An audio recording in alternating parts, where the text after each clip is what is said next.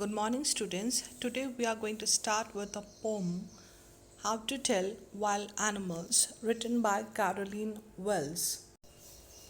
Caroline Wells was an American writer remembered largely for her popular mysteries, children's books, and humorous verse. The poetry How to Tell Wild Animals is a humorous poem. She describes the features of wild animals in an amusing manner and tells the readers how they can identify the dangerous animals like Asian lion, Bengal tiger, bear as they visit the jungles of the East.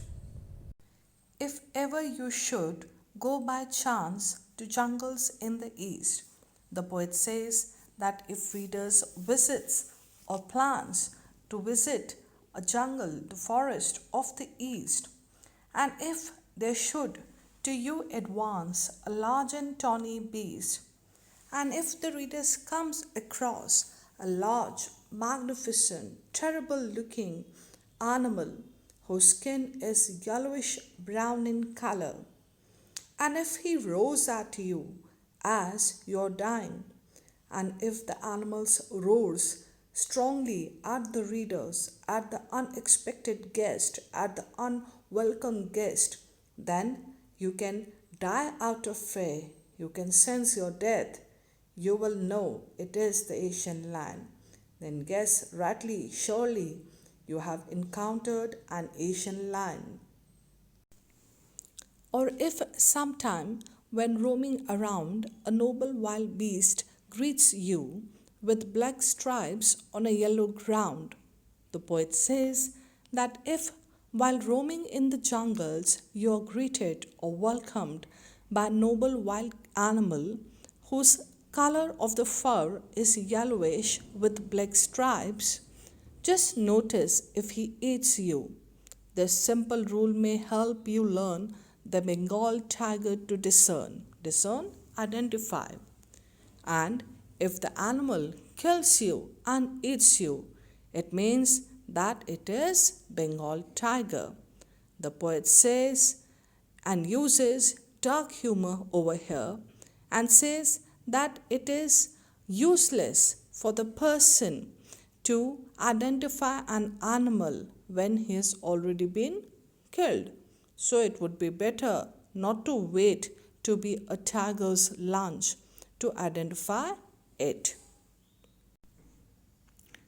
If strolling forth a beast you view, whose hide with spots is peppered, the poet says, while walking casually in a jungle, you visit an animal whose skin has been peppered with black spots. As soon as he has leapt on you, you will know it is the leopard. The poet says that the animal is so quick, so fast that it jumps on you, leaps on you at once. That jump indicates it's none other than the leopard. It will do no good to roar with pain. He will only leap and leap again. The poet warns that it will be no good to shout, to cry out in pain, to ask for help. It would be of no use, as leopard will keep on jumping over and over again.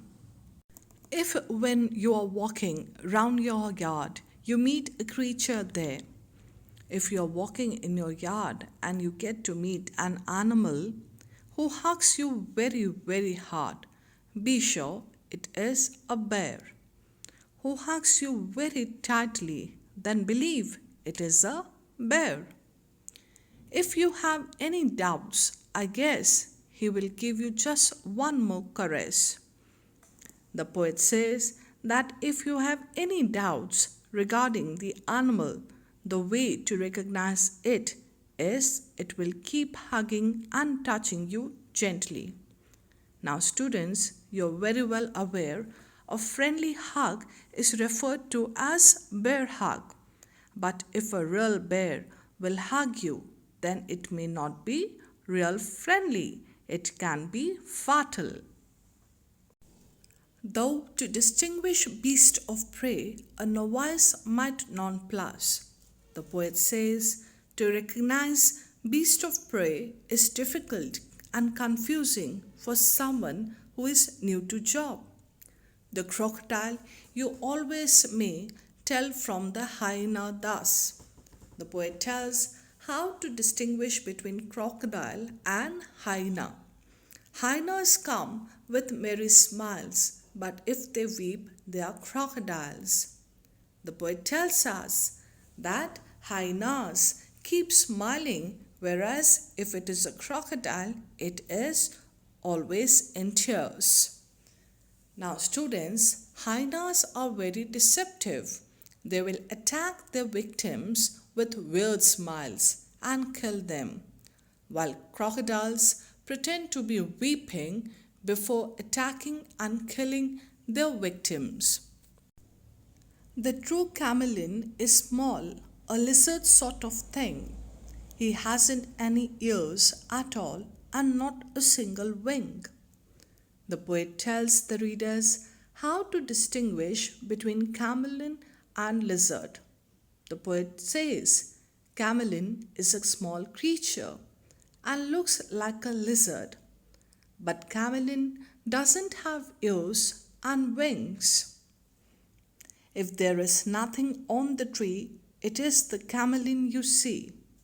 The poet says that if readers see or find nothing on a tree, then it must be understood that a chameleon is sitting on it. Now, students, you are aware of the feature of chameleon. It has an ability to change its color according to the surface on which it is sitting.